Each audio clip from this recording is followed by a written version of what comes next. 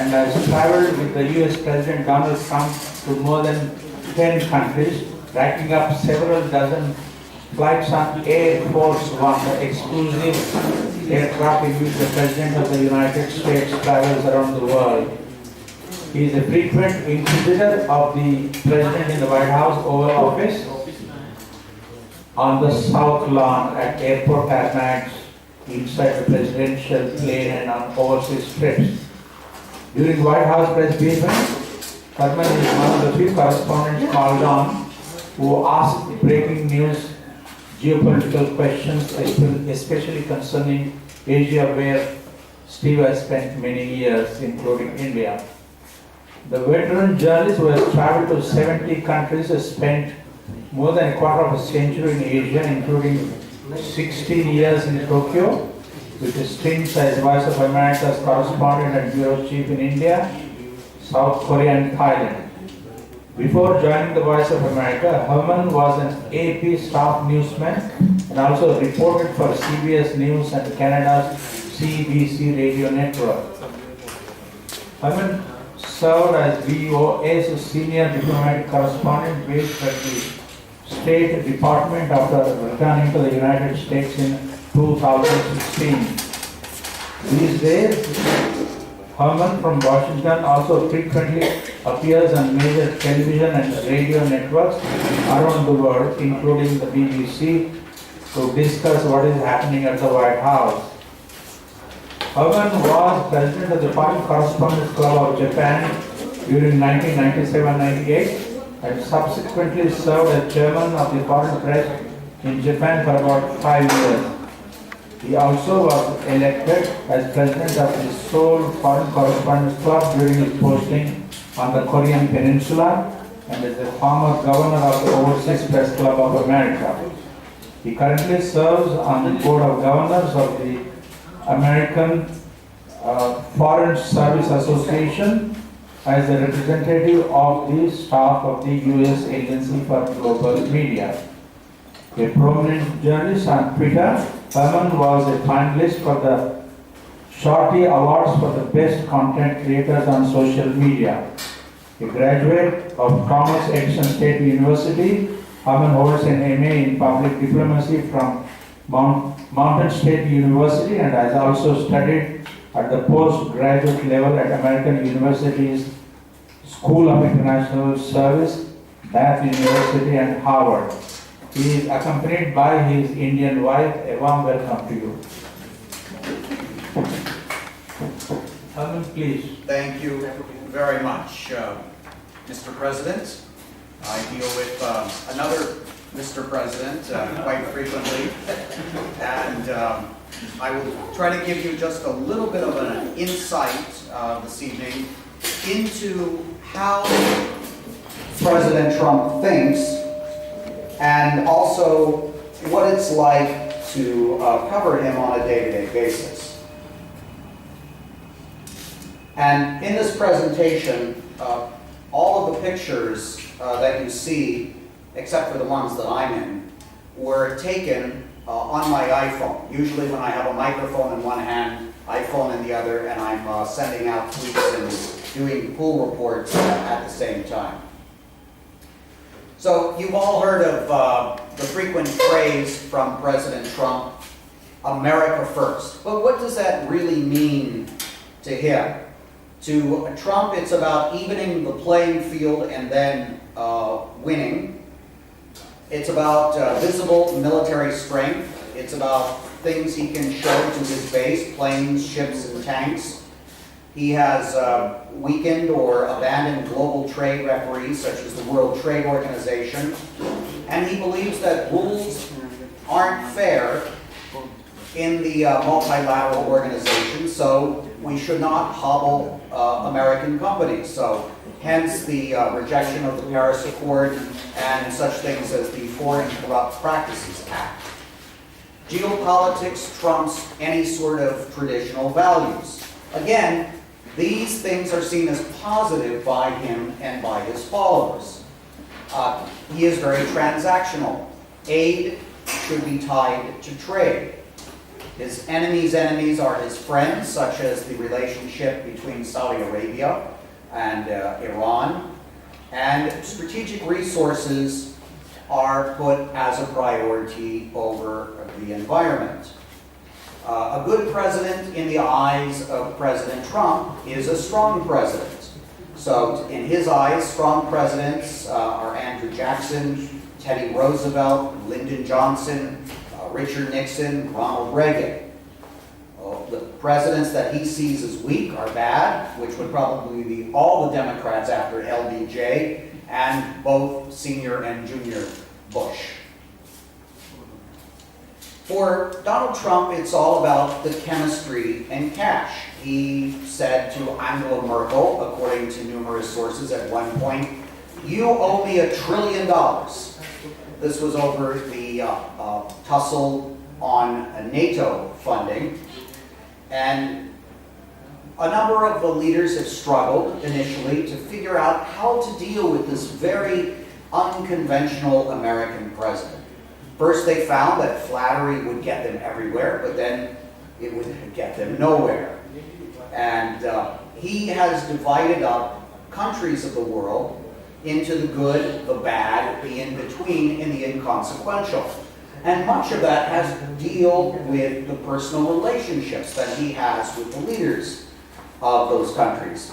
I'm happy to report to you that India ends up in the good category because of the initial positive relationship that he has had with Prime Minister Modi. We can talk, if you have questions about that, I'll be happy to dig down into that a little bit. Other good countries, Israel, because of the support that Christian evangelicals and his son-in-law, being an Orthodox Jew, give to Israel. Japan, because of the relationship with Prime Minister Abe. Saudi Arabia, as we've seen most recently with his defense of the Crown Prince, despite the killing of the Saudi journalist in the embassy consulate in Turkey. And maybe Taiwan and Vietnam arguably would be in the good category. The bad are pretty obvious: Cuba, Iran, Pakistan, Syria, Venezuela, and also I would put in there Germany as well. There's been quite this hostile relationship with Merkel. In between, most other countries of the world that would be prominent, including some of the EU countries. And then the inconsequential. Most of the world does not really matter to Donald Trump, and you heard him referring, of course, to the shithole countries, the African countries, and Haiti. Trump knows best. Never admit a mistake is his mantra. He is a self-proclaimed high intelligence person who believes it's better to act with the gut than the brains. And these are phrases that he has used himself. We're going to have to get this hooked up to power. Actually, for the batteries a couple years ago, 7% battery. So we'll see who finishes first, the computer. He has wanted to bond in bilaterals, muck up the multilaterals. He's very much into the one-on-one relationship with other leaders, other countries. He is not so interested in multilateral organizations and multilateral treaties. Of course, he has rejected a number of these. And to him, populism plus nationalism equals the base support. And that's really all he cares about. Yes, he'd love to have an 80% popularity rating, but if he can just maintain the base that got him elected the first time, he has a path to re-election in 2020. And Donald Trump is all about disruption.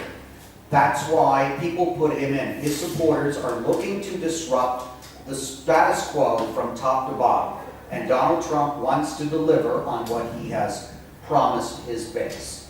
So there are policy pronouncements by Twitter, attacks on other countries, other world leaders, on his domestic political enemies on Twitter, and even firing members of his own cabinet or other top officials on Twitter. This is a short circuit to the base. He doesn't need the traditional media to reach his base. He can go straight to Twitter. And he also is looking to dominate and alter the news cycle. Another example of a disruption. As you can see, his popularity has held fairly consistent despite all of the investigations that have been going on and all of the controversies. So basically, Donald Trump, as you may know, was not a politician. He had never held elected office before. He went straight from his own company to the White House. He had never worked for anyone in his life except for his father. And he runs the White House exactly like he ran his company. It is a family outfit, and he is the father figure of the family, and only family can be trusted. Thus, there may be positions in the government, cabinet officials, who traditionally would be very powerful, even the chief of staff. But the family members in the White House, namely his own daughter, Ivanka Trump, and his son-in-law, Jared Kushner, are considered more powerful, more influential than any member of his cabinet. The cabinet is meant to conform, and informal consultations can come from anyone. He will randomly stop people in the White House, his personal physician, maybe a secretary, not a cabinet secretary, but someone who's typing as a secretary, and ask them what they think about some important policy decision that he's contemplating. So in that sense, it's very democratic, right? House intrigue and turmoil are good and fun. That was the way it was in his company, and that's the way it is in the White House. But at the end of the day, there's only one boss, and that's Donald Trump. He is a master at manipulating the media. That is how he got elected. There were 16, 17 other opponents in the primary of the Republican Party in 2016, including some very well-funded ones, including Jeb Bush, who came from the Bush dynasty, was funded to the tune of about $100 million. And Trump mowed over all of them because of what he calls earned media, free publicity. The amount of publicity that Trump got from when he decided to run for president until he was elected is valued in the billions of dollars. Okay? What Trump had was this New York City model. He had a very easy and a symbiotic relationship with the media in New York City for decades. He would provide fodder for the tabloid newspapers. Sometimes he would even call up reporters pretending to be his PR person, okay? And sometimes reporters probably knew who it was, but they would just sort of print the gossip that he wanted to hand out. And he has expected that Washington would conform to this New York City style. But of course, Washington, D.C. is not New York, just like Delhi is not Mumbai. It's a completely different mindset, and he's been very frustrated by this. Now, he has his favorites. You are probably familiar with Rupert Murdoch, who runs the Fox networks. And Murdoch was the one who supported Trump with this conservative news network and has helped to put him in the White House as much as anybody. But I would argue that Trump needs Murdoch more than Murdoch needs Trump. Because if Murdoch were to pull his support from Trump in 2020, it could be quite disastrous because he got elected by such a thin margin. The outlets that are owned by Trump's fellow members of his own country clubs, they will get favoritism, although they may be very small.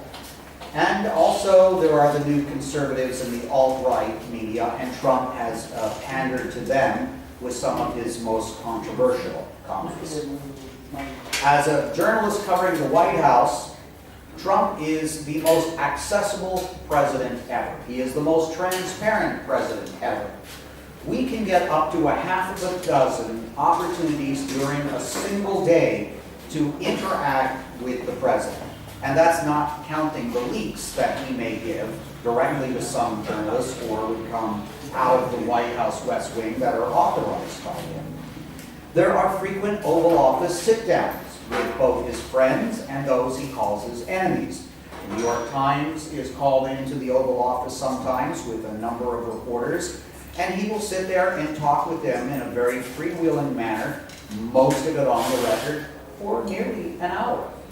So, again, we can talk more if you're interested in the whole fake news dynamic. Trump basically operates with the premise that you should never let facts ruin a good narrative. He cannot be corrected. If he's got a fact, a number in his head, he is going to stick with it, no matter how many Pinocchios the Washington Post may give to him or what criticism he gets on the air. He will find a way to just try to back up whatever he believes the truth to be. And as we've seen, I think it's very obvious that sometimes it's okay to make it up as you go along. It has worked for him. So, as I mentioned, he is quite accessible. I've been able to question him, as Venkat noted, sometimes going into the Oval Office for the pool sprays we have, where we have a rotating set of journalists who represent all the other members of their particular media during a day. And he will sit there and answer questions until finally he gets exasperated. And Richard Nixon was not a swimmer, and John F. Kennedy had used that pool every day, so Nixon had the pool covered over and it was made into booths. It's dark, it's cold, and there are mice running around. So it's not an ideal situation. And VOA has what's called a double wide, which means he can barely fit two people in there elbow to elbow if they're of moderate size. And the fellow on the right, like myself, is also a former bureau chief of VOA in New Delhi. His name is Peter Heinlein. He just retired about a year ago. And there used to be a picture of Peter here in the club, Ayodhya, with his bloodied head. It was actually, I had not realized until I spoke to him about it about a year ago, that it was a really serious injury. So Peter and I, some people were joking when Peter and I showed up at the White House that both of us had experience covering autocrats and fragile democracies, hence that the White House would not be anything too challenging for us. The upper right-hand side, you can't see the names, but that is the seating chart for the press briefing room. And that is not controlled by the White House itself. The seating chart is arranged by the White House Correspondents Association. So the association is the one that when there's a problem, when there's an issue, we interact with the White House and try to negotiate. So there are a lot of issues that occur in every administration, and the Correspondents Association is working mainly behind the scenes to do essentially dispute resolution. In the lower right-hand side is our gourmet dining facility. It's a vending machine. We don't have access to any restaurants in the White House. There is a U.S. Navy mess canteen, but that's only accessible to White House staff. So there's a microwave oven. There are 2 espresso machines that were donated by the actor Tom Hanks, and the vending machine, which when there's a government shutdown, like there is now, does not get refilled. So you better bring your lunch to the White House, or if there's a lunch lid where we know nothing's going to happen, then you can run out to get a lunch. This is a recent photo from when we were in Malibu, California after the devastating forest fires. And I threw this in here because there's something really remarkable. The president is down on the right-hand side talking to the governor and lieutenant governor of the state of California, looking at the devastation. But what you'll see in the middle of the photo is an automatic weapon, which usually we do not see when we're with the president.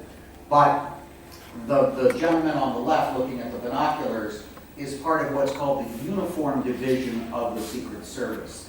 And I have to tell you that in my nearly 2 years traveling with the president, that they are my heroes. Both the personal protection detail and the uniform division. And we actually, as reporters, because when we're traveling with the president, we're in the motorcade, we're in a bubble, we're in a protective cordon with a Secret Service agent.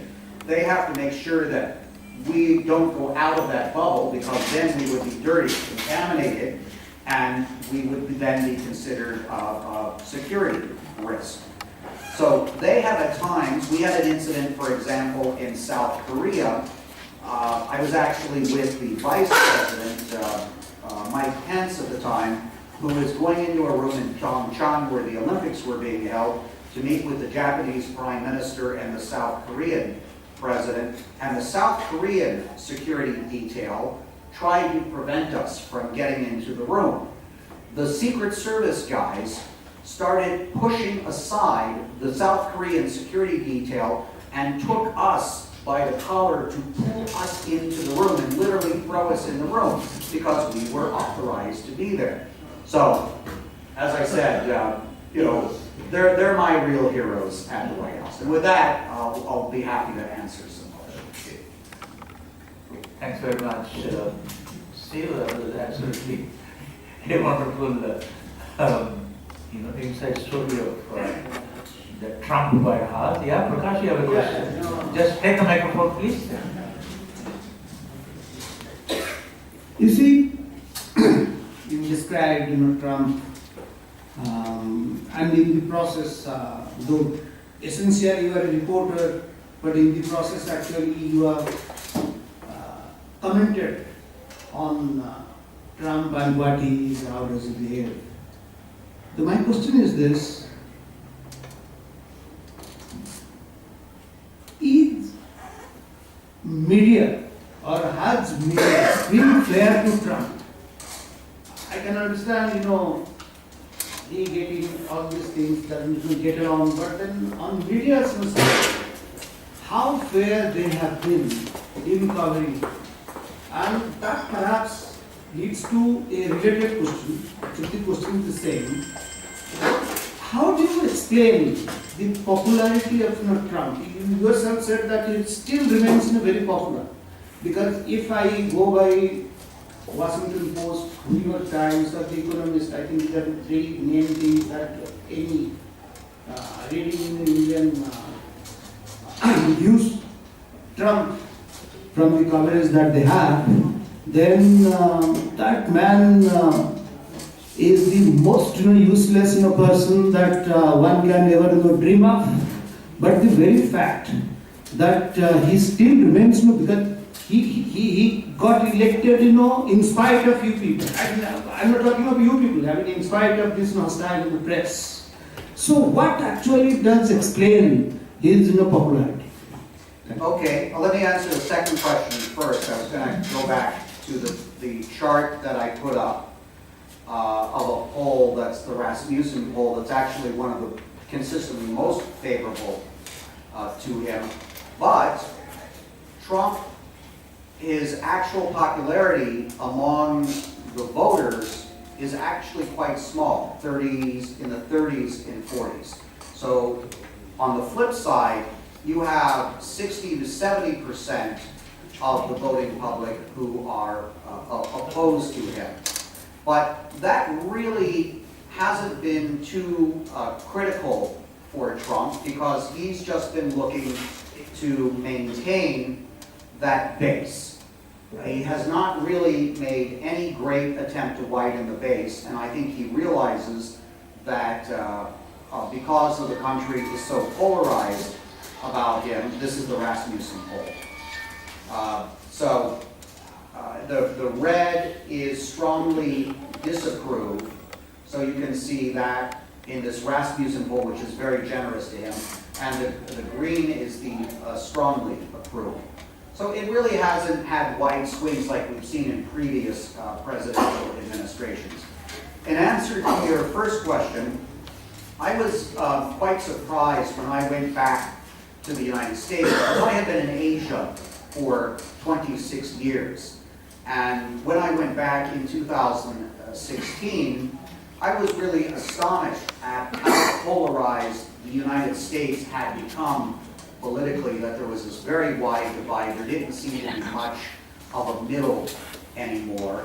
And also how the media had become polarized as well.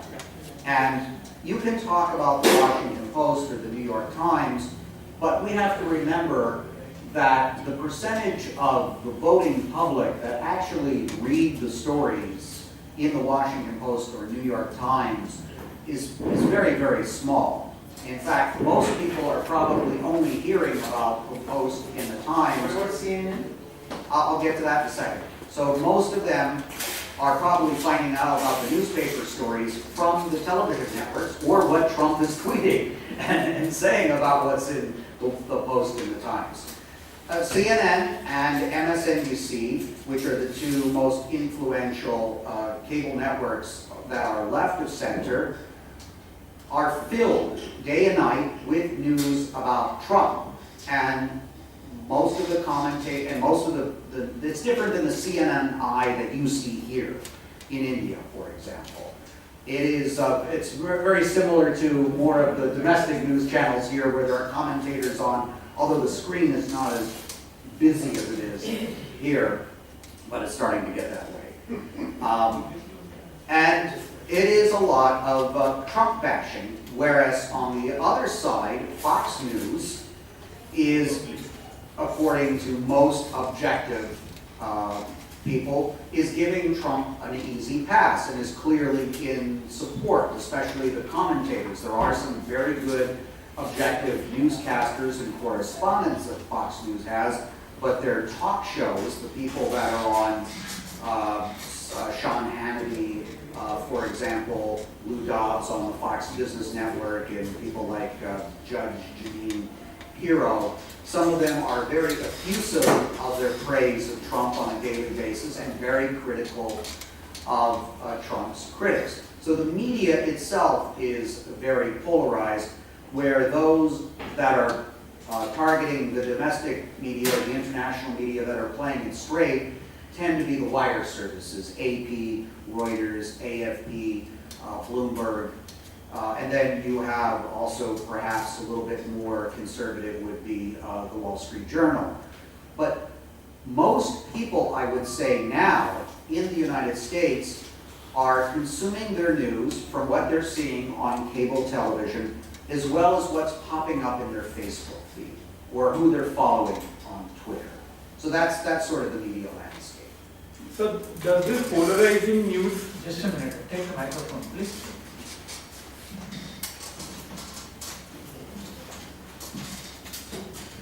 Good evening, sir. Does this polarizing of news media outlets lead to a declining of credibility in news? Like, people do not know where is the line, which is fake news, which is often quoted as fake news, and what is the real fake news. So does this lead to an overall, like as we have seen, declining in the credibility of news? Yes. When I went back in 2016, I almost quit as a journalist because I felt that well-researched, balanced stories necessarily weren't being appreciated anymore, and that the most important thing that I could do with the rest of my professional life was to teach news literacy. And what is the point of doing the stories if people cannot tell something, cannot separate what's in their Facebook feed that is totally spurious from a well-researched magazine article?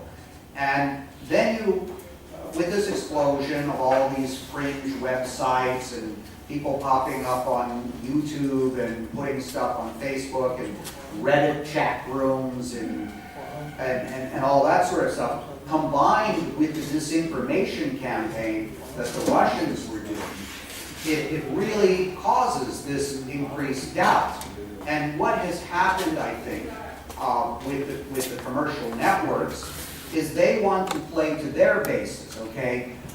People seem to want to be reassured of their core beliefs. They don't want their core beliefs challenged. So partisan media, it was very shocking to me to go back and see this on a day-to-day basis. And I think this is a really challenging problem. And as you know, everywhere, including India, although traditional media has held out amazingly well in India in the past couple of decades with the digital rise. But there is a paradigm shift going on in media. And we all are hoping that that will give more choice and more quality, but there's a lot of questions now about really what's going to happen. And I wish I knew what the future was. But all I can do, I'm very, very lucky that Voice of America, although we're 100% funded by the US government, we have a firewall between us and the government, the rest of the government. And our reporting is meant to explain what's happening in the United States to the rest of the world. And I can tell you from the comments that I see on Twitter, once in a while someone on the left or someone on the right will say, accuse me of having some bias because they don't like the headline of the story, or they just don't like the story at all, whether it's guilt by omission or commission. And I'll say to them, go read the story, and then come back to me and tell me what the bias is in my story. Rakesh? Hi, I'm Rakesh Nagar, freelance photographer. I know you are not the right person to ask this question, but I have nobody from White House who can answer this.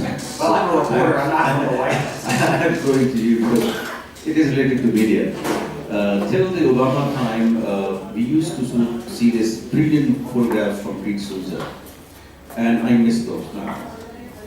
Why? Do you think that, because from this part of the world, there are only two things to ask, a text or a picture. And I miss pictures from the White House. Why do you think that there's no longer pictures of not the official news, AP, AFP writers we see every day, but the Pete Souza style pictures, the personal photography, that is no longer there after the Trump. Right. Well, Why is that? there are still official White House photographers. There are several of them. Obviously, Pete Souza, I think, inarguably was a great photographer and captured some remarkable scenes over the period of 8 years. The White House, you can go on their website and they will have the photos. And I get an email from them once a week on Fridays. It's the White House photos of the week. And there are some pretty decent photos there. So, yeah, so that's still there. It's just not Pete Souza now. I think Mr. Trump has fired more top guys than he has hired. And he seems to have survived the Stormy Daniels scandal, as Clinton did Monica Lewinsky. Right. And the fact that there's still so much noise going on about the Russian intervention in helping Mr. Trump to get elected to the White House. How do you rate the chances of Mr. Trump getting re-elected, Steve? Okay, well, as I've said it in other appearances, I'm not a fortune teller. I can't predict the future. I wish I could, but I can't. What I can say is, if you remember, we referred to Reagan as the Teflon president because there was just this coating that he had and everything would sort of bounce off of him and never permanently scar him. And I don't know what Trump is, but it's something beyond Teflon. We have to invent a name for some new super insulation. Whatever scandals are coming out are not harming him, perhaps because of what we were just talking about.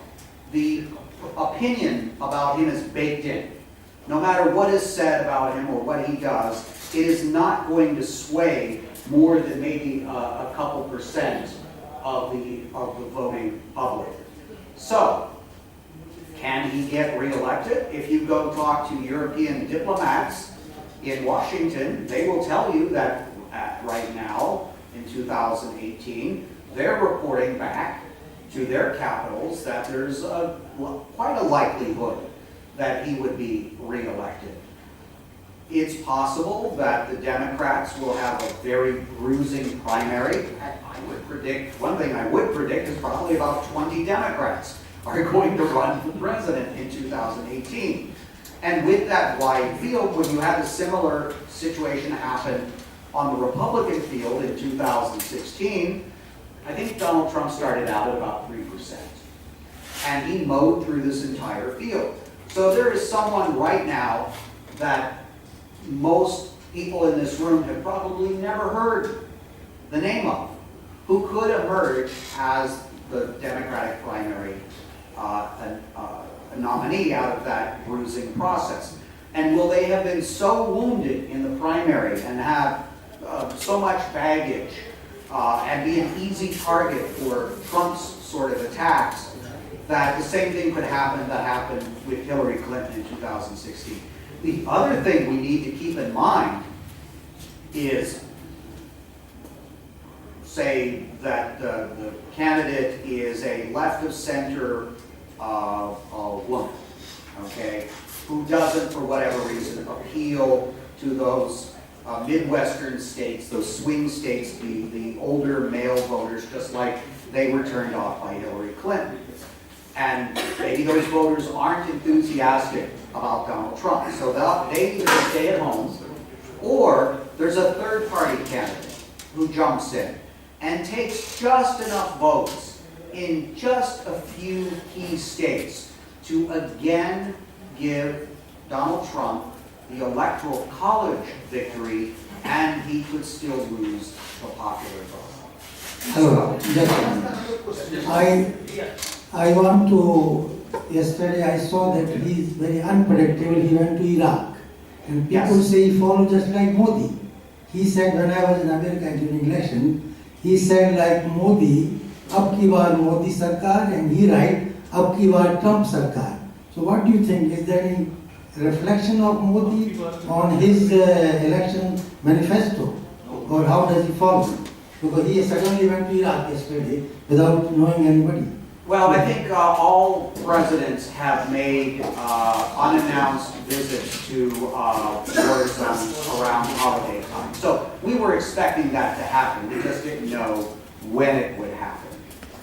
As far as Trump being influenced by Modi, I don't think that Donald Trump is influenced by anybody except Donald Trump. But he has what we know to be a fairly positive view of Prime Minister Modi, and there have been, I know that the press here has tried to really delve into, okay, they haven't talked on the phone for X amount of months, or there was this meeting was canceled. I would say that for Donald Trump, India is not a top priority, but it is a country that is seen in a positive light right now because of that personal relationship with Prime Minister Modi. Steve, the point actually is related to that question. When you talk of Modi, why they are not comparable? Because, and I think that is the question to you, because so far you have essentially, or rather you have concentrated on the personality aspect of Trump. How this guy behaves, but the point is, he promised the Americans, like Modi promised the Indians, that he would do this and he would do that. And actually, when people are talking or discussing about Modi these days, forget about that. He also has got an equally biased press. The point is that whether Modi will win or not, because people are saying what this guy had promised and what he has delivered. That is the whole thing. But you have, I think the American media in general does not talk much about the delivery part of Trump. For instance, the American economy, like Trump says, that has done wonderfully well. There is the rate of unemployment has sharply come down, and all told, Trump has taught a good relationship to China. It is the China which is going to make the concessions. So the point is that there are many things on the delivery front. Would you like to say something on that? If you have a question, I'll answer it. but. My point is that you think he has delivered or not? Like we say that Modi has not delivered. That is a serious criticism against I think but that- Trump Okay. thinks that he has promised. Has he delivered over the last 2 years or not? I'm a journalist, that will be in the eye of the beholder, that will be for the electorate to decide. If his base believes that he's delivered on what he has promised, then they will presumably vote for him in 2020. The whole system, the American media has, in India they're not familiar with that at all. So, my colleagues and I would like to know how the full system works in the United States. Would you elaborate on that, please? Sure, this is sort of what we would call inside baseball, maybe inside cricket in India. There are hundreds of reporters that are accredited to cover the White House from all sorts of obscure publications and maybe even some that don't actually exist. We won't name any names. So there are reporters. There are only so many reporters, for example, could fit into the Oval Office at one time. So each day at the White House, there are designated pool reporters. The permanent members of the pool include the Associated Press, Reuters, Bloomberg, Agence France Presse, a print reporter, so it will rotate among different newspapers every day, one TV crew who will represent all the other TV networks, one radio network, which will represent all the other radio networks, and one member of the White House Foreign Press Association. So we take turns, and whatever information we gather from those encounters with the president, we then share with our respective colleagues within our media. So that's a very simplified way the pool works. And then there are separate pools for travel as well. So the president is most familiar with those pool reporters because of the AP and Reuters. He's seeing the same reporters quite frequently. So AP, Reuters, AFP, they have maybe posted at the White House 3 to 6 reporters. He might only see just a couple of times a month, but we're usually on an international trip. I'm always perhaps one of the pool reporters from the radio pool. So on most of his foreign trips, he will see. You know, we now have more than 3 million Indians living in the United States. Every year, 200,000 Indian students go to the top universities and also some mediocre ones, and nearly 100,000 of them stay back for further studies, seek green cards and so on. And then there is a huge controversy about the immigration policy of Mr. Trump. But tell me, I believe there are 4 Indian American women, or American Indian women, who, Nikki Haley, one of them, who are thinking of actually taking on Mr. Trump in the elections. How do you rate the chances of an Indian sitting in the White House the next 10 years, 15, 20, 30, 40, whatever? Well, again, I can't predict the future, but I can. Nikki Haley is a Republican, so she's from the same party as Donald Trump. So it's very unlikely that she would emerge as a primary challenger in 2020. Most political analysts believe that Nikki Haley is waiting until 2024. But some of the others that you're referring to, there's Kamala Harris, who is a U.S. Senator from the state of California. It seems almost certain that she will be a Democratic Party contender for president. And then there's Tulsi Gabbard out in Hawaii, who, if she became president, would be the first Hindu president, because Nikki Haley is no longer a Hindu. She's a Christian now. I would say that Tulsi Gabbard, generally prognostication, is a very much of a long shot candidate, because she is considered quite on the political fringe, even within the Democratic Party. But again, because of what we saw in 2016, anything is possible. Trump absolutely proved that you did not need to have political lineage or to be a conventional type of politician to get elected. So I would say, don't count anybody at the beginning, and that's why you'll see so many Democrats run in 2020. Very interesting. I think, guys, it's time for us to go and have a drink I'm outside. keeping you from alcohol and food. Steve is here with us, and I want to thank you for coming here and presenting with us. It's a pleasure again to be a member.